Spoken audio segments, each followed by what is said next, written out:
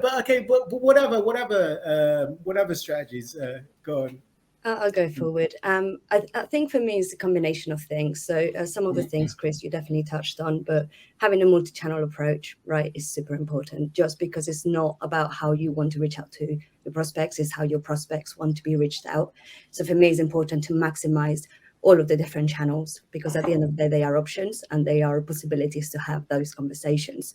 It's also about getting creative. We've got a lot more ways to outreach now than we did 10 years ago, 20 years ago, right? We've got video, we've got GIFs, we've got LinkedIn. We can access people directly. So I think as part of that is getting creative, but also getting human and like understanding that we're all humans and that selling is a human skill, right? But also we need to connect with people in order to have those conversations. How do we do that? By being creative, by being short to the point, but also trying different things. If someone's sending me a quick 20-second voice note on LinkedIn, I'm going to listen to it.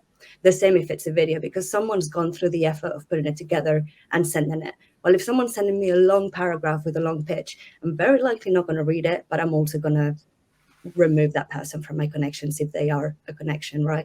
I think another thing that we need to keep in mind is that everyone's busy. Everyone's got a very short attention span, right? So keeping it short, keeping it to the point is also very important, especially with emails, even with phone calls, right? Having a good thought out questions that you want to get answers to is much more important than just having like a fluffy conversation where you're not getting answers to things that you need to understand in order to move that conversation forward, in order to make your content later on relevant when it comes to emails, when it comes to LinkedIn, etc.